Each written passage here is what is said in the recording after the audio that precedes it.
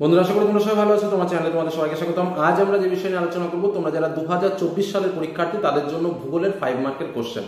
তো আমাদের কিন্তু সর্বপ্রথম যেটা জেনে রাখা দরকার সেটা হচ্ছে আমাদের ভূগোলে 5 মার্কের প্রশ্ন কোথা থেকে আসে, কিভাবে আমাদের উত্তর লিখতে হয়। কারণ শুধুমাত্র গোটা কয়েক প্রশ্ন রেডি করে গেলাম, সেখান থেকে কমন পেলাম, সমস্ত কিছুই ঠিক আছে, কিন্তু আমরা যদি সঠিকভাবে পড়তে যাই, আমরা যদি সঠিকভাবে শিখতে চাই, তাহলে যে সিস্টেমে তোমাদের পড়াশোনা করা উচিত, আজকের আলোচনায় কিন্তু আমরা ঠিক সেই সিস্টেমগুলোই বলবো, তার সঙ্গে সেই ইম্পর্টেন্ট কোশ্চেনগুলো কিন্তু তোমাদের বলবো, যেগুলো পড়লে তোমরা 100% কমন কিন্তু ফাইনাল পরীক্ষায় পাবে।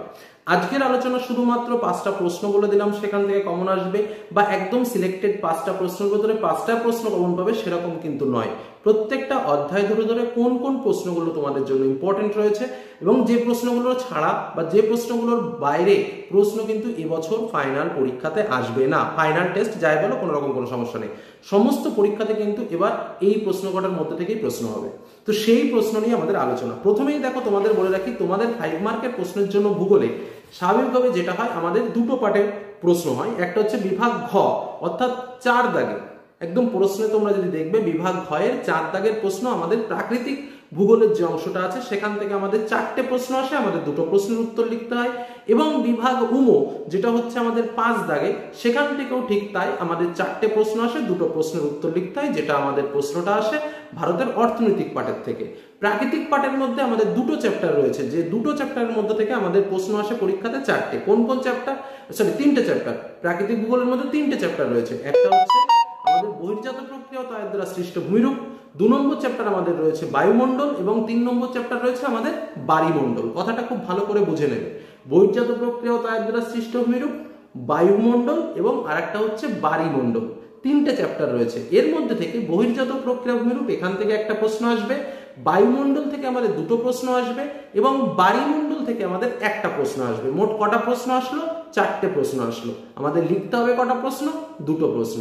যারা ভালো বা যারা পড়াশোনায় খুব স্মার্ট যাকে বলা যায়, তাদের আমি বলবো সমস্ত কিছু পড়তে, কিন্তু যারা একটু দুর্বল তাদের আমি বলবো বায়ুমণ্ডল চ্যাপ্টারটা একটু ডাউন করে পড়তে। কেন? কারণ এখান থেকে একটা প্রশ্ন আমি নিশ্চিত কমন পাবো, যেখানে আমার মাত্র দুটো প্রশ্ন পড়তে হবে, এবং বায়ুমণ্ডল চ্যাপ্টার থেকেও আমি একটা কোশ্চেন নিশ্চিত কমন পাবো, যেখান থেকে আমার মাত্র দুটো কোশ্চেন পড়তে হবে। অর্থাৎ আমি যদি এখান থেকে দুটো প্রশ্ন এবং এখান থেকে দুটো প্রশ্ন, মোট যদি আমি 4টে প্রশ্ন ভালো করে পড়ি, তাহলেই তুমি পরীক্ষাতে দুটো প্রশ্ন ইজিলি কমন পেয়ে গেলাম। বোঝা গেল কি বললাম? আর যারা মনে করছে যে না স্যার আমি সমস্ত কিছু পড়বো, তাদের জন্য আমি কিন্তু আজ পুরো চ্যাপ্টার ভিত্তিক 3টে চ্যাপ্টারের প্রশ্নই কিন্তু তোমাদের সামনে তুলে ধরবো। তবে যারা দুর্বল, যাদের বললাম, সেক্ষেত্রে তোমরা জাস্ট এই দুটো চ্যাপ্টারের প্রশ্ন ভালোভাবে পড়বে। সেখানে মোট 5টা প্রশ্ন বা 6টা প্রশ্ন যা থাকবে, সে কটা পড়লেই কিন্তু তোমরা কমন পেয়ে যাবে। নাম্বার 1 হয়ে গেল। এবার আমরা আসবো তার পরের পার্ট, অর্থাৎ বিভাগ উমতে আমাদের যে প্রশ্নটা আসবে, সেটা আমাদের কি ভারত থেকে প্রশ্ন আছে। 4টে প্রশ্ন। ভারতের দুটো অংশ আছে, ভারতের প্রাকৃতিক অংশ আর একটা হচ্ছে ভারতের আঞ্চলিক অংশ। ভারতের প্রাকৃতিক অংশ থেকে আসবে দুটো প্রশ্ন, আঞ্চলিক অংশ থেকে আসবে দুটো প্রশ্ন। আমাকে লিখতে হবে কটা প্রশ্ন? দুটো প্রশ্ন।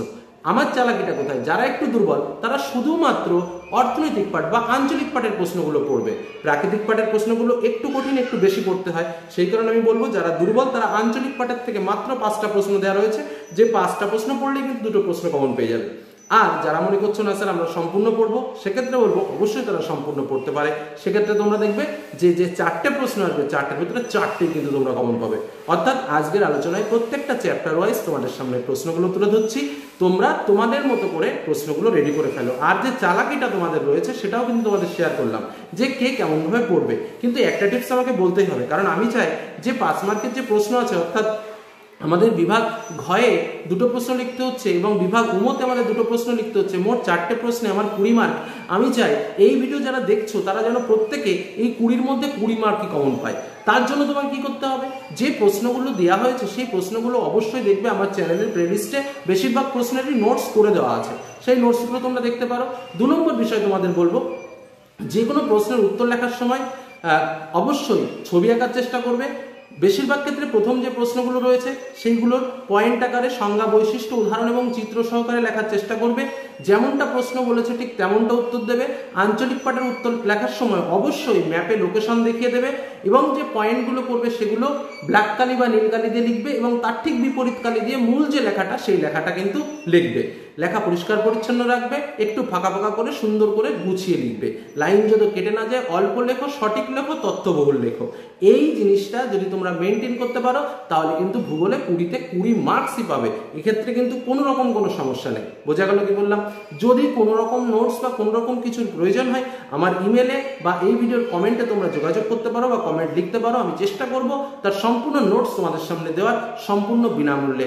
কারণ আমরা তোমাদের সামনে যে ভিডিও তুলে ধরি সেই ভিডিওতে কোনো ব্যবসায়িক উদ্দেশ্য আমাদের নয়। অনেকেই দেখবে কদিন পরে বলবে আমি এই বইটা লিখেছি, এই বইটাতে এই পাবে, এই বইটাতে এই পাবে। অনেক বই রয়েছে বাজারে, সমস্ত বই কিন্তু ইউটিউবে কোনো রকম বিক্রির উদ্দেশ্যে আমাদের কোনো কথা নেই। তোমাদের জন্য যেটুকু দেওয়ার, যা দেওয়ার সম্পূর্ণ বিনামূল্যে তোমাদের দেবো, বিনা স্বার্থে দেবো, কোনো রকম ইনকামের উদ্দেশ্য আমাদের নেই। তো চলো এবার আমরা অধ্যায় ভিত্তিক যে মূল সাজেশন রয়েছে সেই সাজেশনগুলো আমরা একটু দেখে নিই। আর যে টিপসগুলো তোমাদের বললাম অবশ্যই সেগুলো মেনে চলবে। পরীক্ষাতে 20-র মধ্যে 20 তোমার একদম বাধা আজকে এই ভিডিও দেখার পর থেকে। চলো প্রশ্নগুলো দেখে নেওয়া যাক। বন্ধুরা তাহলে পরপর বিষয়গুলো আমরা জেনে নিই। আমরা এই মুহূর্তে যেটা নিয়ে আলোচনা করছি তোমাদের সামনে সেটা কিন্তু আমাদের জিওগ্রাফি 5 মার্ক কোশ্চেন 2024, অর্থাৎ 2024 সালে তোমরা যারা পরীক্ষার্থী রয়েছে তাদের জন্য 5 মার্কের জন্য কি কি প্রশ্ন কমপ্লিট করবে। তো আমি যেটা বললাম যে আমাদের মূলত 4টে চ্যাপ্টার থেকে কিন্তু পরীক্ষাতে প্রশ্ন আসে। আমাদের প্রথম যে চ্যাপ্টার রয়েছে অর্থাৎ বহির্জাত প্রক্রিয়া ও তাদের দ্বারা ভূমিরূপ, এই পার্টটা থেকে কিন্তু আমাদের একটা প্রশ্ন আসবেই, এটা কিন্তু তোমরা নিশ্চিত থাকতে পারো। তো আমরা কোন প্রশ্নগুলো প্র্যাকটিস করব যেগুলোর মধ্যে আসার সম্ভাবনা সবচেয়ে বেশি, সেটা হচ্ছে বায়ু অথবা হিমবাহের ক্ষয় ও সঞ্চয় কার্যের ফলে গঠিত 3টি করে ভূমিরূপ, এবং আরেকটা হচ্ছে হিমবাহ ও জলধারার মিলিত কার্যের ফলে গঠিত ভূমিরূপ। অর্থাৎ এই যে দুটো পার্ট, আমাদের এই দুটো পার্টের মধ্যেই কিন্তু একটা প্রশ্ন আমাদের আসবে। তবে এই পার্টগুলোর মধ্যে সবথেকে মোস্ট ইম্পর্ট্যান্ট পার্ট কোনটা সেটাও আমি তোমাদের বলে দিচ্ছি। এবছর কিন্তু তোমাদের জন্য বায়ু কিন্তু মোস্ট ইম্পর্ট্যান্ট, কিন্তু তোমাদের এবছর বায়ুর ক্ষয়কার্য আমি তোমাদের বলে রাখছি, বায়ুর ক্ষয়কার্য কিন্তু মোস্ট ইম্পর্ট্যান্ট। অন্যদিকে হিমবাহ এবং জলধারার মিলিত কার্য কিন্তু খুব মোস্ট ইম্পর্ট্যান্ট। আমাদের একদম প্রথমেই যে 4টে প্রশ্ন আসবে সেই 4টে প্রশ্নের ভেতরে 2টো প্রশ্ন লিখতে হবে, তার ভেতরে এই একটা প্রশ্ন কিন্তু আমাদের একদম কমন, খুবই সহজ। এবার যারা দুর্বল তাদের জন্য বলবো যে বায়ুমণ্ডল চ্যাপ্টারটাকে অ্যাভয়েড করে যেতে, কারণ বায়ুমণ্ডল চ্যাপ্টার থেকে আমার পড়ার দরকার নেই। কেন সেটাও আমি তোমাদের এর আগেই আলোচনা করলাম। কারণ বায়ুমণ্ডল চ্যাপ্টার থেকে আমাদের অনেক বেশি প্রশ্ন পড়তে হয়, আমাদের প্রশ্ন লিখতে হবে 2টো, পরীক্ষাতে প্রশ্ন আসবে 4টে। তাহলে আমি প্রথম চ্যাপ্টার থেকে একটা প্রশ্ন লিখবো এবং বায়ুমণ্ডল থেকে একটা প্রশ্ন লিখবো, ব্যাস আমার 2টো প্রশ্ন কমপ্লিট হয়ে গেল। তবে যদি মনে করো যে না বায়ুমণ্ডল থেকে প্রশ্নগুলো পড়বো, অবশ্যই ভালো। এবং যদি সব থেকে কম পড়ে ফুল কমন পেতে চাও তাহলে বলবো প্রথম যে চ্যাপ্টারটা বললাম অর্থাৎ বহির্জাত প্রক্রিয়া ভূমিরূপ, এই যে পার্টটা বললাম এই পার্টের একটা প্রশ্ন খুব ভালো করে পড়ো, কোনো প্রশ্ন বাদ দেবে না। তার সঙ্গে যে বায়ুমণ্ডলের প্রশ্নগুলো বলবো সেই প্রশ্ন কটা ভালো করে পড়বে, তাহলেই দেখবে আমাদের পরীক্ষাতে যে 4টে প্রশ্ন আসবে সেই 4টে প্রশ্নের ভেতরে 2টো প্রশ্ন কিন্তু কমন পাবে। আর আমি যে প্রশ্নগুলো শেয়ার করছি, আর যদি কেউ মনে করো যে না আমি বায়ুমণ্ডল এবং বহির্জাত প্রক্রিয়া সবগুলো পড়বে, তাহলে কিন্তু তোমরা 4টের মধ্যে 4টে প্রশ্নই কমন পেয়ে যাবে, সেক্ষেত্রে কোনো রকম কোনো সমস্যা নেই। এবার চলো বায়ুমণ্ডল থেকে কী কী মোস্ট ইম্পর্ট্যান্ট প্রশ্ন এবছরের জন্য রয়েছে সেগুলো একটু দেখে নিই। প্রথম যে প্রশ্নটা রয়েছে দেখো, ভারতীয় জলবায়ুর প্রধান বৈশিষ্ট্যগুলি আলোচনা করো। দ্বিতীয় প্রশ্ন, ওজোন গ্যাস কি, কীভাবে ওজোন গ্যাসের উৎপত্তি হয় ও কীভাবে ধ্বংস হয় তার গুরুত্ব সহ লেখো।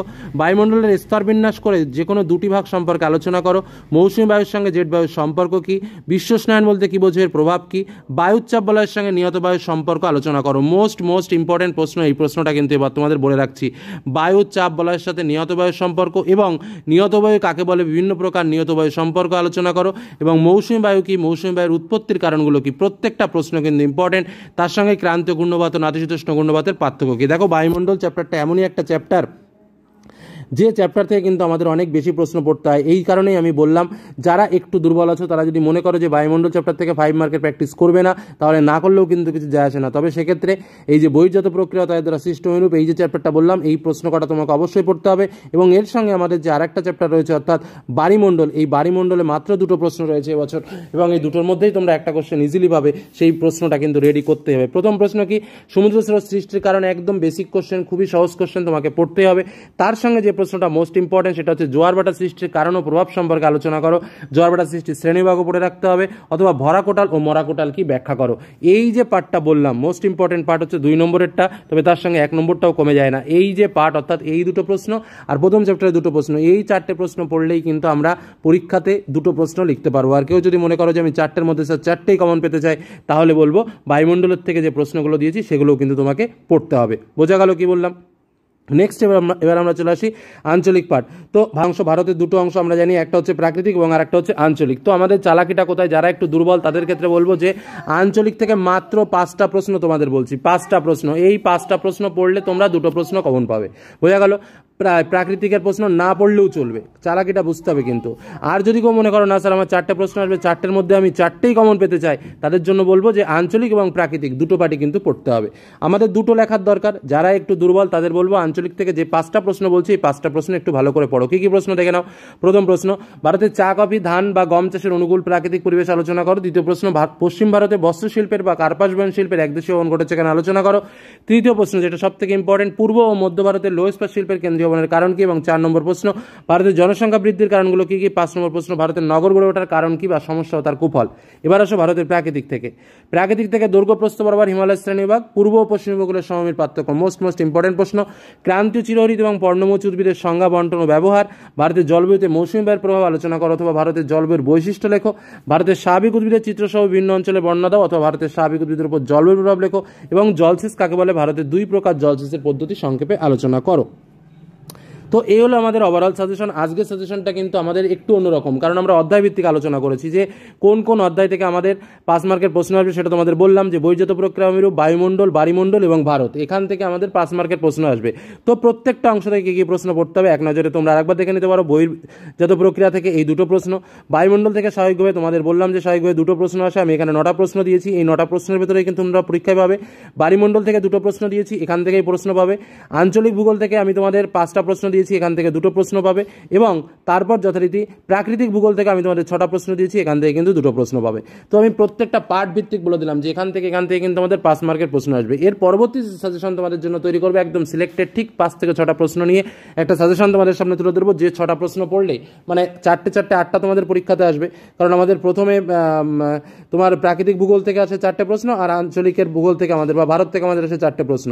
এমনভাবে তোমাদের সামনে প্রশ্নটা শেয়ার করবো, মোট 10টা প্রশ্ন, যে 10টা প্রশ্নের ভেতর পড়লে তোমরা 8টা প্রশ্ন কমন পাবে। সেরকম প্রশ্ন সেট তোমাদের সামনে খুব তাড়াতাড়ি তোমাদের সামনে তুলে ধরবো।